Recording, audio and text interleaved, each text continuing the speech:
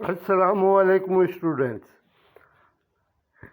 मैंने पिछली वीडियो में आपको 10 की केमिस्ट्री में ये मेथड बताया था कि हम वाटर गैस यानी कार्बन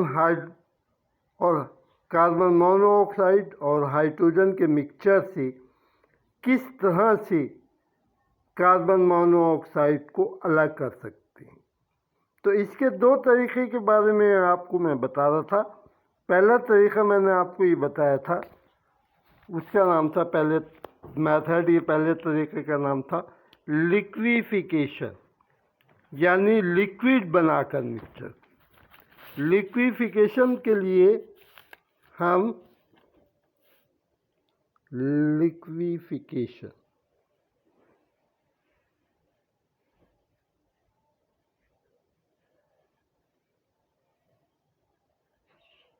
यानी मिक्सचर को लिक्विड में चेंज कर देना। कार्बन मोनोऑक्साइड और हाइड्रोजन के मिक्सचर को लिक्विड में तब्दील कर देना। कार्बन मोनोऑक्साइड और हाइड्रोजन का मिक्सचर, जिसे इसे लिक्विड वाटर गैस कहते हैं, इसको लिक्विड में चेंज कर देना।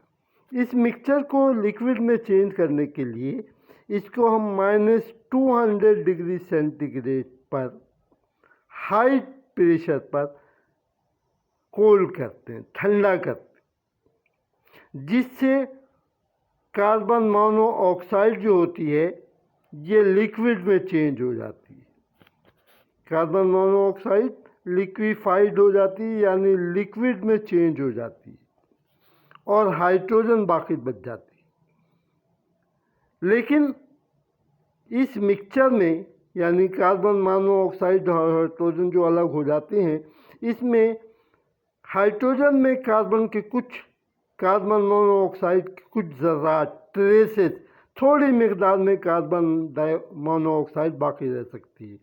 इसलिए इस मिक्सचर को हम, जिसमें कार्बन मोनोऑक्साइड और हाइड्रोजन होती है, सोडियम हाइड्रोक्साइड या कास्टिक सोडा के साथ मिलाते हैं। तो कार्बन मोनोऑक्साइड जो बाकी होती है ये सोडियम फॉर्मेट में तब्दील हो जाती है, और इस तरह हाइड्रोजन बिल्कुल कार्बन मोनोऑक्साइड से फ्री हो जाती है, और फिर हम हाइड्रोजन को इस मिक्सचर से अलग कर लेते हैं। दूसरा तरीका, सेकेंड मेथड में हम क्या करते हैं कि जब हम कार्बन मोनोऑक्साइड को और हाइड्रोजन के मिक्सचर को, वाटर गैस को, किसी कैटालिस्ट वो होता है जो रिएक्शन में हेल्प करता है, मिसाल के तौर पे आयरन ऑक्साइड या क्रोमियम ऑक्साइड। तो ये आयरन ऑक्साइड जो होती है अपना एक ऑक्सीजन कार्बन मोनोऑक्साइड को दे देता है, और कार्बन मोनोऑक्साइड कार्बन डाइऑक्साइड में चेंज हो जाती है। कार्बन डाइऑक्साइड जो होती है, इस मिक्सचर को हम हाई प्रेशर पर पानी में से गुजारते हैं, वाटर में से पास करते हैं।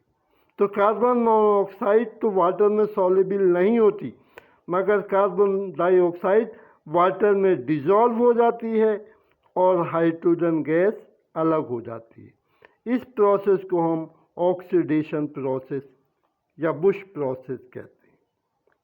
तो आप लोग ये अच्छी तरह समझ गए होंगे कि हम किस तरह कार्बन मोनोऑक्साइड और हाइड्रोजन के मिक्सचर में से कार्बन मोनोऑक्साइड को और हाइड्रोजन को अलग अलग कर सकते हैं। जो हमारा नेक्स्ट टॉपिक है वो है chemical properties of hydrogen. Chemical properties of hydrogen.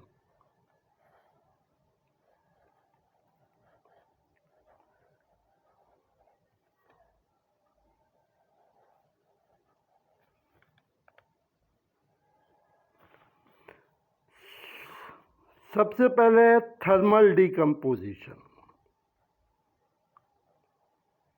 Thermal decomposition.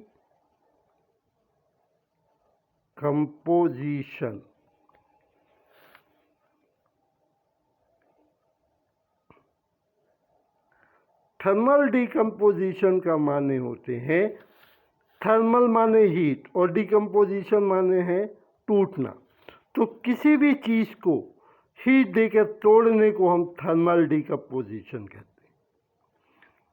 Hydrogen ने, ऑर्डिनरी हाइड्रोजन ने, हाइड्रोजन के दो एटम एक कोवैलेंट बॉन्ड के जरिए जुड़े हुए होते हैं और ये बॉन्ड बहुत मजबूत होता है, स्टेबल होता है, बहुत ज़्यादा ताकतवर होता है। इसको आसानी से तोड़ा नहीं जा सकता। इसके लिए इसको 1000 किलोरीज हीट की ज़रूरत होती है।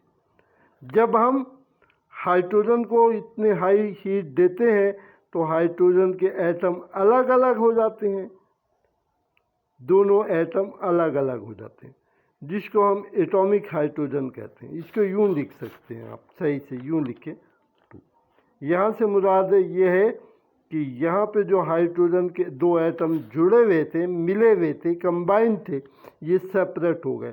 तमाम हाइड्रोजन के एटम सेपरेट हो गए। और ये जो होते हैं, इसका फ़ायदा ये होता है कि इसे हम एटॉमिक हाइड्रोजन कहते हैं और इसका फ़ायदा ये होता है कि तेज़ी के साथ रिएक्शन करती है, जबकि नॉर्मल हाइड्रोजन के रिएक्शन या मॉलिक्यूलर हाइड्रोजन के रिएक्शन जो होते हैं वो बहुत स्लो होते हैं। दूसरा है as a oxidising agent, reducing agent.